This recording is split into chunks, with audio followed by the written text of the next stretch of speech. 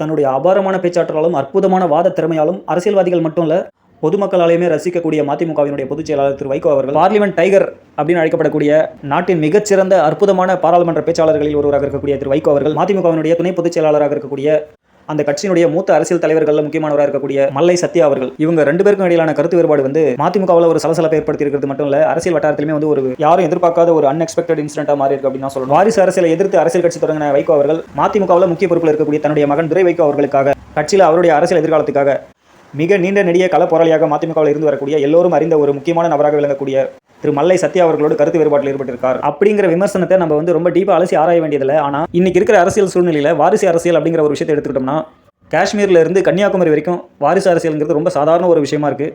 வாரிசு அரசியல் அப்படிங்கிற ஒரே ஒரு ஆஸ்பெக்ட்னால வந்து ஓட்டு சதவீதம் வந்து கூடுறதோ குறையிறதோ கிடையாது.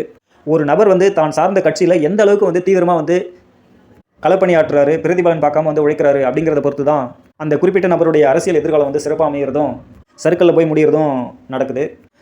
அதனால் மல்லை சத்யா அவர்கள் மீதான வைகோவுடைய குற்றச்சாட்டும் வைகோ அவர்கள் மீதான மல்லை சத்யா அவர்களுடைய விமர்சனமும் எது வந்து உண்மைக்கு நெருக்கமாக தொண்டர்களுடைய மனநிலையை பிரதிபலிக்கிற மாதிரி இருக்குது அப்படிங்கிறத காலம் முடிவு பண்ணிட்டோம். ஆனால் நம்மளை பொறுத்த வரைக்கும் அது மல்லை சத்யாவாக இருந்தாலும் சரி, துரை வைகோவாக இருந்தாலும் சரி, அல்லது நேற்று வந்து கட்சியில் சேர்ந்த ஒரு புதிய உறுப்பினராக இருந்தாலும் சரி, எந்த அளவுக்கு வந்து அவங்க கட்சிக்காக இது வரைக்கும் உழைச்சிருக்காங்க, இப்போ வரைக்கும் உழைச்சிட்டு இருக்காங்க அப்படிங்கிறத பொறுத்து அவங்களுக்கான மரியாதையும் அவங்களுக்கான உரிய இடமும் அவங்களுக்கான அங்கீகாரமும் இந்த கட்சி தலைமையால் கொடுக்கப்படணும் அப்படிங்கிறது தான் ஒரு எளிய சாதாரண தொண்டனுடைய நியாயமான எதிர்பார்ப்பாக இருக்கும். தேங்க்யூ.